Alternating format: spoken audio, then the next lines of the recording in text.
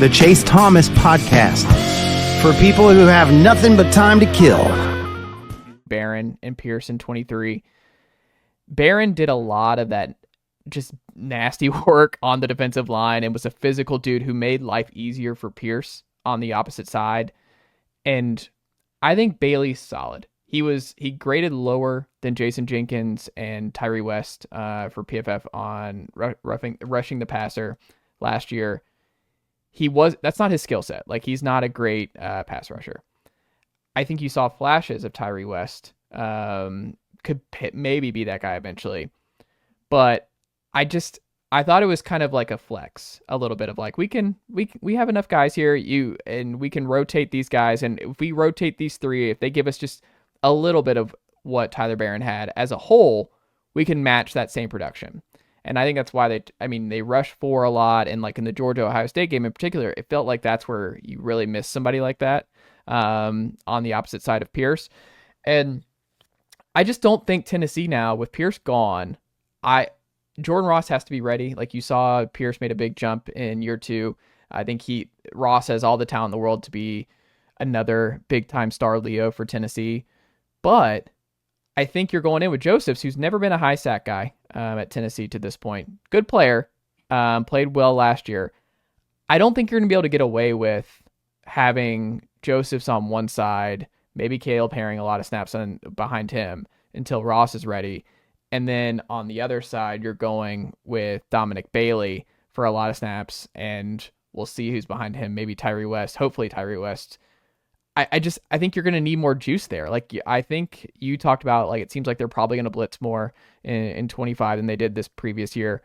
But I just think they need more juice on the defensive line. And I think Dominic Bailey sliding in maybe for those 20 to 25 snaps might be the answer, right? Like, that could be the way around it, because I don't think you can survive. And it sounds a little hyperbolic, but I just mean in terms of, like, if you want to have one of the elite defensive lines in the sport this year, I don't think Bailey and Josephs can be your leaders in snaps at those two spots. Is that fair, or is it? I don't know. Well, I think Josephs is a better pass rusher than probably given credit for. Yeah. He's got to finish better. There's no question about that.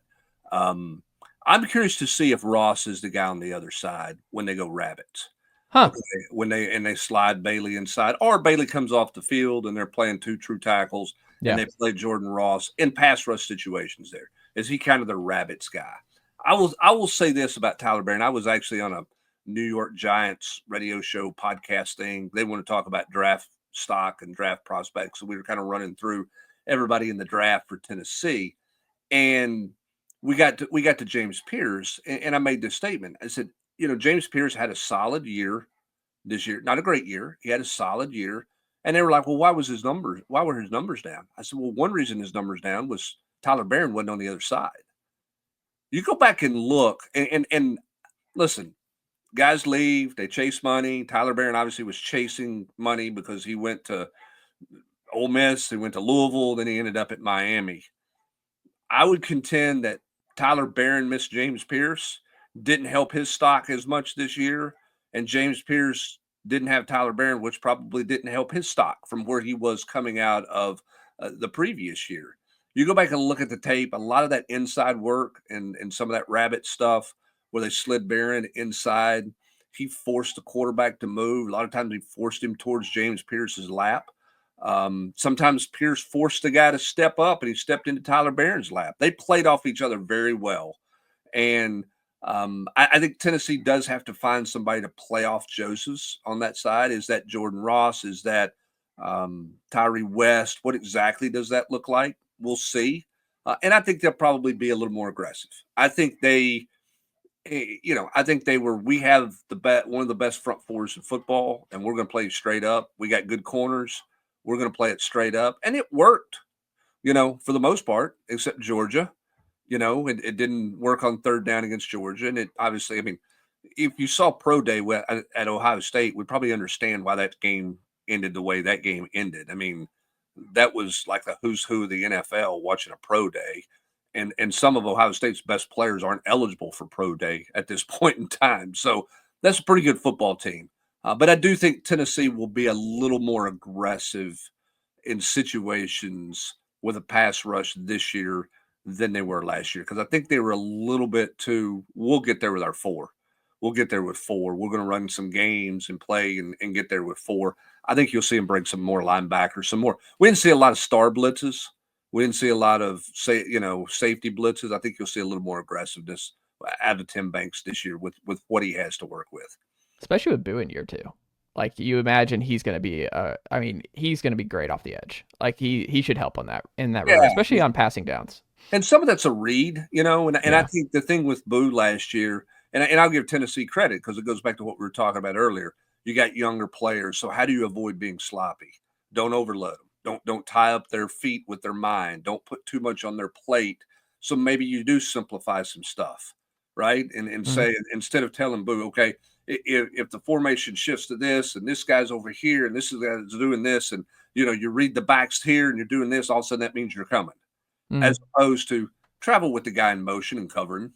Yeah, you know what I mean. Sometimes for when you're playing youth, you got to simplify things a little bit, and I think Tennessee built with Boo as the season went along, but I don't think he was running the full arsenal of the star position all season long. I think you'll see him be much more multifaceted at that position this season, as opposed to just being a coverage guy.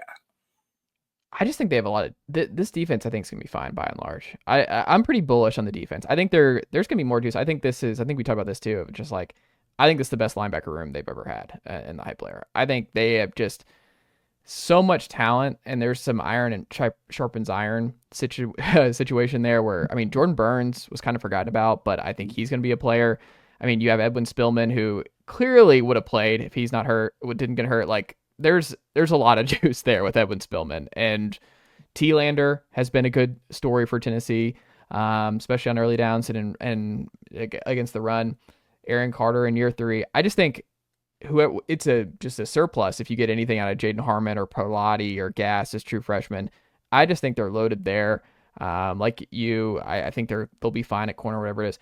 I also just think at safety, there's a chance where it's like, whether it's Idris Farouk. We've seen John Slaughter run with the ones a little bit. Like, I know you and I talked about John Slaughter. It feels like he's been here for 7 years. John Slaughter has been theoretically intriguing at the safety spot for 3 or 4 years now, it feels like. But he could run with the ones. Like, he could end up taking that job next to Turrentine. I don't know. I just think they're going to be really solid. And it's just a testament when you look at the roster in 2021 to now. And I'm like, man, there's some questions they have to have answered here, but there's still just a lot of talent on this side of the ball. That's the difference. There may be as many questions about this team going into this year as heck, maybe there was Josh's first year, but the difference is the answers are better possible answers. The first year answers were like, this is not good. Yeah.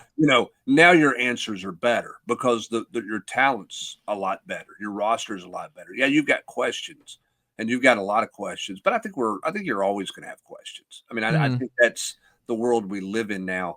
What you want to do is you want to have your choices for answers to be more capable bodies than they have been. And that's the case at Tennessee. That's the difference. The questions may be as plentiful as they were Josh Heupel's first couple of years, but the answers to the questions are much better options than they were those first couple of years.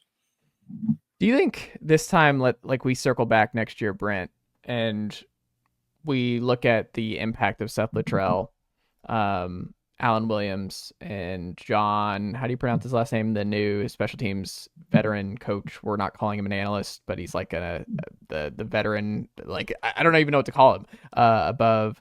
I know you're talking about John. Nicely done, nephew. The Chase Thomas podcast. Hell yeah.